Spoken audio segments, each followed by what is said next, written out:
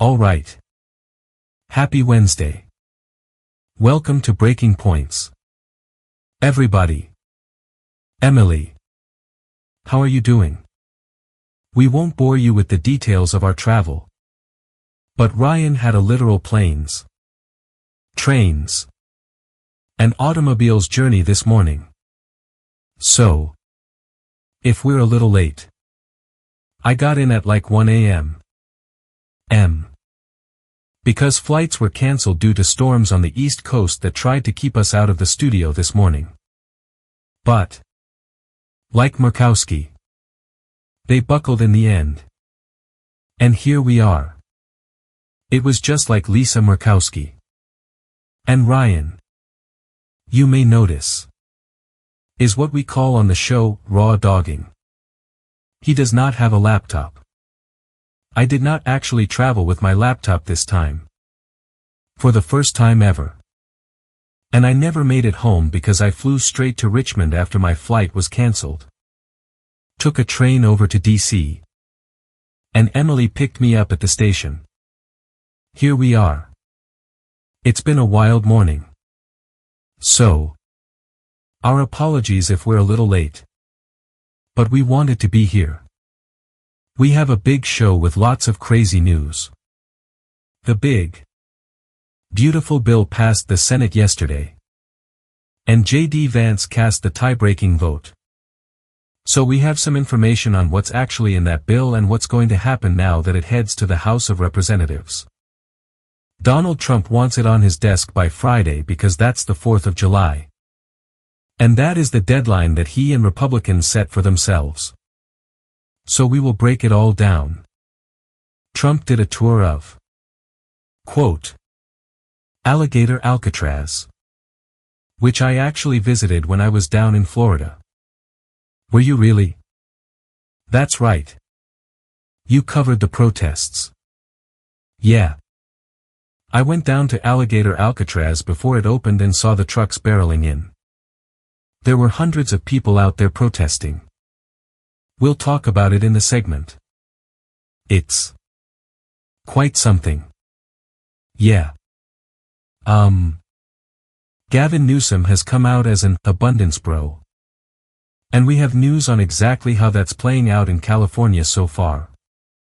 Ryan, you're going to do a breakdown on news out of Gaza. Yeah. We've got Trump saying he's pushing forward with the ceasefire deal. No confirmation from the Israeli side yet. It's all still up in the air.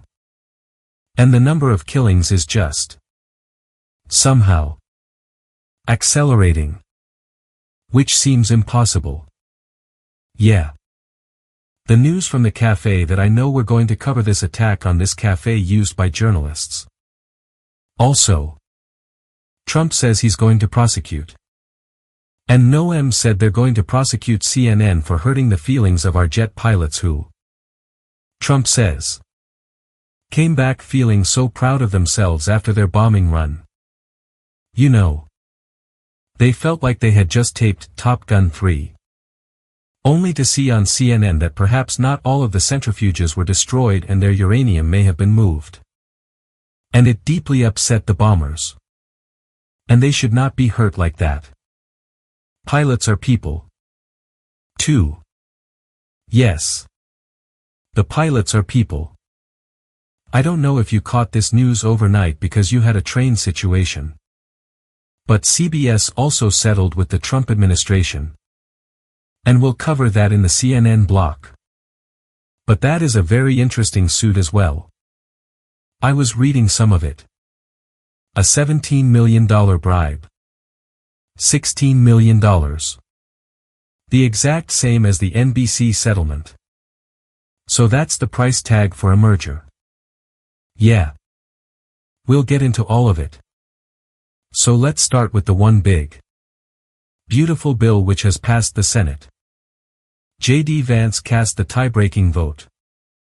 Let's go ahead and roll A1. The yeas are 50. The nays are 50. The Senate being evenly divided.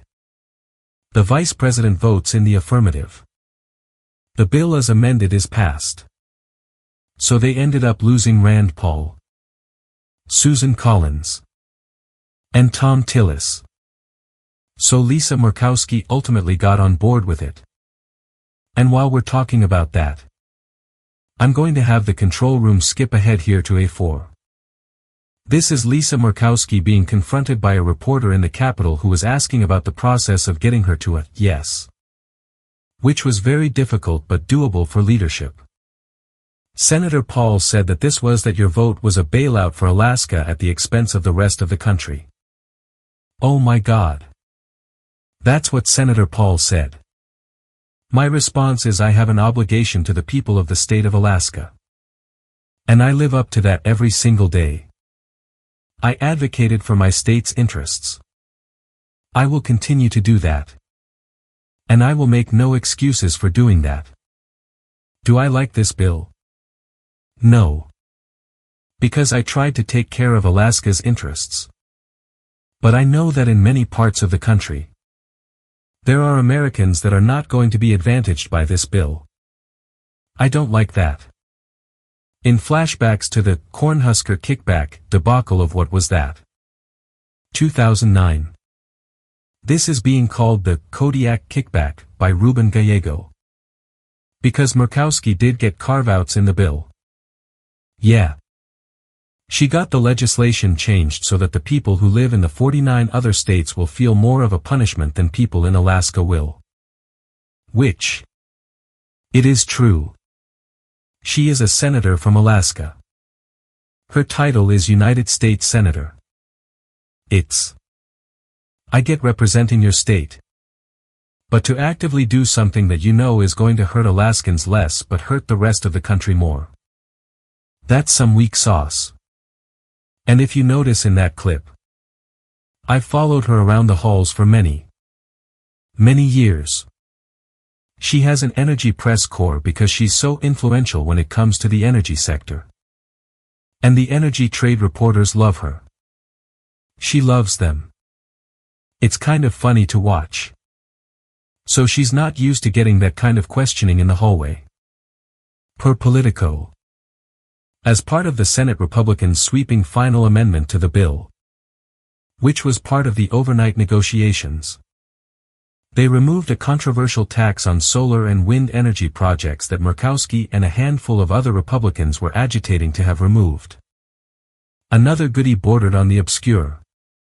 If not for the senator, bowhead whaling boat captains, recognized by the Alaska Eskimo Whaling Commission, will be able to deduct more for whale hunting-related expenses. Up to $50. 000 from the current $10. 000 which, obviously, we support here. That's an editorial policy of breaking points. We have a very strong, always have had a strong position on that deduction for the Alaska Eskimo Whaling Commission. Yeah. Got to keep that whale oil flowing. So, this is how J.D. Vance was talking about the bill. He says, massive tax cuts. Especially no tax on tips and overtime. And most importantly, big money for border security. This is a big win for the American people. Now, it's true. These are across-the-board tax cuts. They will disproportionately benefit wealthy Americans. Most of the tax cuts are going to wealthy Americans. But that doesn't mean that the middle class isn't getting tax cuts. They are. The no tax on tips, no tax on overtime, both are helpful policies. Obviously. For many average Americans. But, as Jeff Stein's breakdown of the bill shows, this is where things got very hairy for Republicans. In order to pay for those tax cuts, to have a bill that doesn't look as egregious as this one ultimately ended up looking, they went for austerity. There are major safety net cuts targeting Medicaid and food stamps. They add work requirements, some cost sharing for the states, and some paperwork. They think that'll save about $1. 3 trillion. Right. So it's $1. 3 trillion in cuts to Medicaid and food stamps. Another $400 billion from immigration enforcement and the military budget, which they got through the parliamentarian. And then they ended up cutting a ton of the clean energy subsidies. Basically, Biden's industrial policy got gutted. They put that at about $500 billion. But I think it will actually end up being much more because the tax credits weren't necessarily capped in the IRA. We've had a surprising boom in clean tech manufacturing. So the more you have, the more tax credits there are, which creates more energy and lowers energy prices. So it could be $500 billion. Could be even more. That's about $2 trillion they're cutting out of federal spending by going after food stamps, Medicaid, and subsidies for energy production. And then they're spending it. According to Jeff Stein's post, they're spending $2.5 trillion to extend the prior tax cuts, the ones Trump passed in 2017. This extends them out. And your child care benefit goes from $2,000 to $2,200. Hey! With so many kids. That's going to be nice for me. Alright. A huge Ryan Grim win. Then there's about $1 trillion in various tax cuts that go to the top 1%. Including basically eliminating the estate tax. So think about that. That's roughly the amount of the Medicaid and food stamp cuts. It's at $15 million. But with the stepped-up basis loopholes and other loopholes, there are going to be very few people who end up paying estate taxes. Like almost nobody. It's already a pretty small group. It's a small group already. But if it's going to cost $1 trillion, that means it's not nobody that's currently paying it. So now they're pushing it very close to nobody. Then, you know, $500 million on his other things, no tax on tips. The car interest deduction. Hey. That'll help me. Too. I've got a couple of car payments. This could not possibly be going better for you. This is amazing. No. Genuinely. For me. This will be good. Except for the fact that I'll live in a worse country. The decision-making process around this bill has been a very interesting glimpse into how Republicans are struggling immensely with these two disparate wings that became part of the MAGA coalition. On the one hand, you have the austerity of Elon Musk, who is now threatening a third party sort of like an American AFD, focused specifically on fiscal discipline. On the other hand, you have the Josh Hawleys who are pissed about the cuts to Medicaid but ended up voting for the bill. The way they saw it was they either had to look at tax increases because the 2017 tax cuts were expiring, or they had to do this. But they don't have enough members. Elon Musk sounds wildly naive because there's nothing you can do to actually tackle the national debt and out-of-control spending while you still have to appease Susan Collins, Lisa Murkowski, and Rand Paul. This was their only option other than letting taxes go up. It doesn't mean that's a false choice, though. As Sagar has pointed out, they could have just let the top tax rate expire. They didn't have to cut it again. Or because they don't actually give a damn about spending or the debt. They could have just been honest that they're blowing up the debt and not even bothered to make cuts to pay for the tax cuts. Yes. And so you're going to have to explain to me what's up with this party. Because J.D. Vance kept saying, in defense of this bill, look, everyone's got criticisms of it. But none of your criticisms could actually get 51 votes. But having watched Trump's campaign, I could design a bill, not one that I would like, but a bill that would match the Ban MAGA Trump ideology and that would not raise the deficit like this.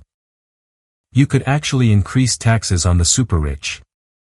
Instead of spending $1 trillion on the estate tax giveaway for, failed sons and failed daughters. Like, who is the constituency for defending the rights of children and grandchildren of billionaires as a populist movement? You could say, look, we're going to tilt the playing field back towards regular people. Just because you're born with the last name Gates doesn't mean you get to be a billionaire too. You didn't do anything. You can be a multimillionaire and never work in your life. The irony is, all you ever hear is that these kids are all destroyed. They're not happy. It'd be one thing if we were destroying the planet and the working and middle class. And the 0.1% were having the time of their lives. But the 0.1% are miserable. And their children are more miserable. And their grandchildren are miserable. too. This isn't making anybody happy. So, there's $1 trillion right there.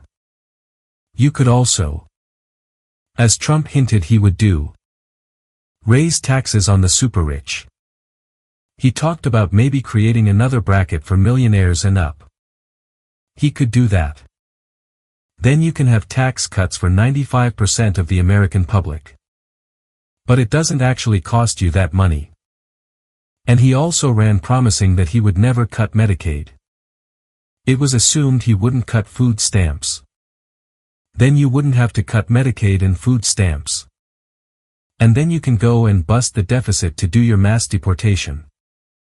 You don't need to do this. There are no cops around here. Do whatever you want. But basically, according to J.D. Vance, they don't have the votes for that. So that's where I need you to explain to me what on earth is going on with the party where what I just laid out 99% of the country getting a tax cut. You get your mass deportation. You get your populism. No tax on tips. The only thing you'd have to do is not cater to the grandchildren of billionaires. But they can't do that. Why? Well, I think part of it is you're always going to have to give something to the fiscal hawks. On the House side, you have Chip Roy and people like him who are choking on this. He's furious about the way everything stands. There's a Thomas Massie criticism of the bill. And Massie will basically never come to a yes on it. But there are people who share his perspective but see it as impractical to vote for nothing and let taxes go up.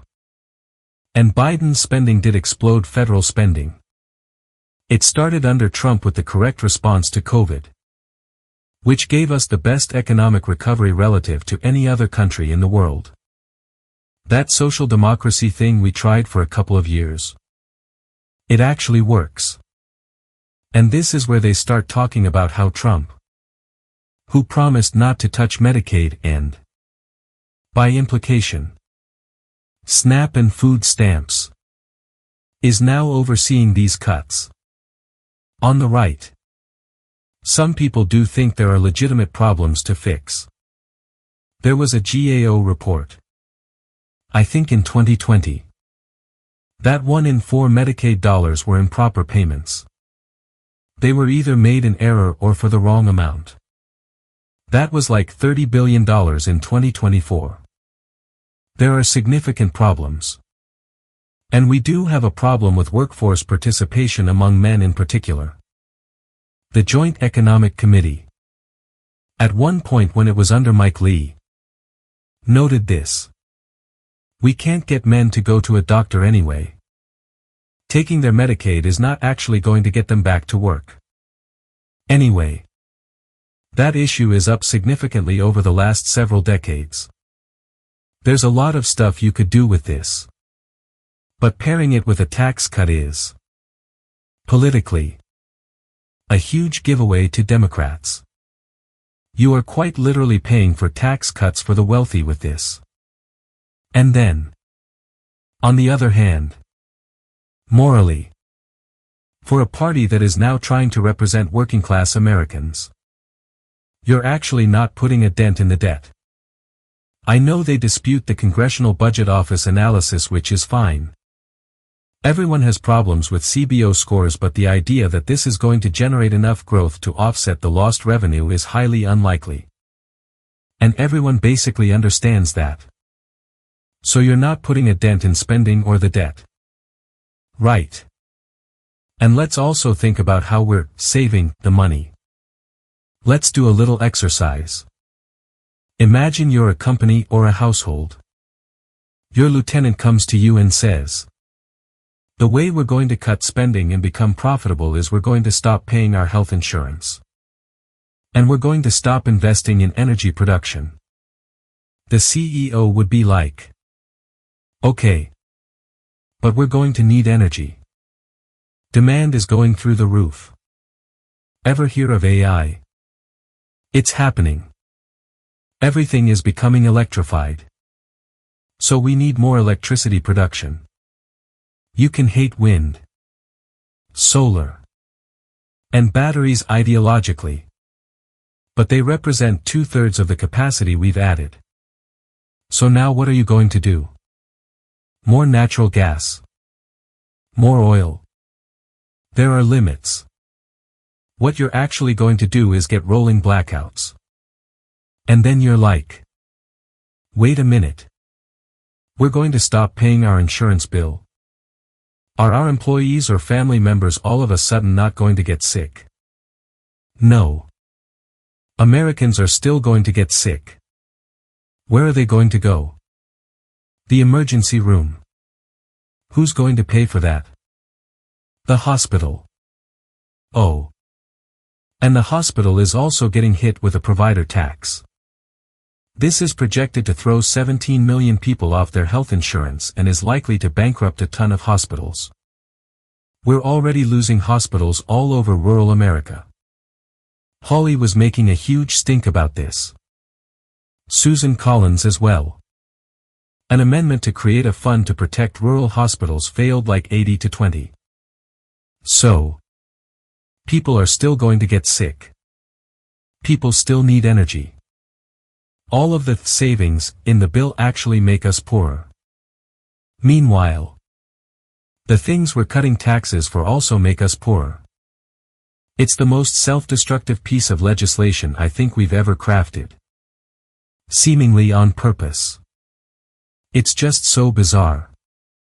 Well, Stephen Miller is saying, and you'll remember this from a month or two ago, that it is the most important piece of legislation because of the immigration enforcement. He would say it's not even about the spending. It's about safety and culture. As Trump said, if Stephen Miller had his way, there'd be 100 million people in this country. And they'd all look like Stephen Miller. What a country that would be. It's a fascinating and frankly bewildering moment in American politics. A bill that seems to contradict the very populist movement it claims to serve. All while navigating the treacherous waters of a deeply divided Congress. We're witnessing a high-stakes gamble with the nation's economy and social fabric. And the final outcome is anything but certain. Ultimately, our goal here is to cut through the political jargon and show you exactly how these decisions in Washington impact your lives, your wallets, and the future of the country. We believe that an informed public is the bedrock of a healthy democracy. And that's the conversation we strive to have here every single day. If you value this kind of independent, in-depth analysis, please consider supporting our work. Hit that subscribe button. Ring the notification bell. And join our community at Breaking Points.com to get the full, ad-free show. Thank you for watching. And we'll see you tomorrow.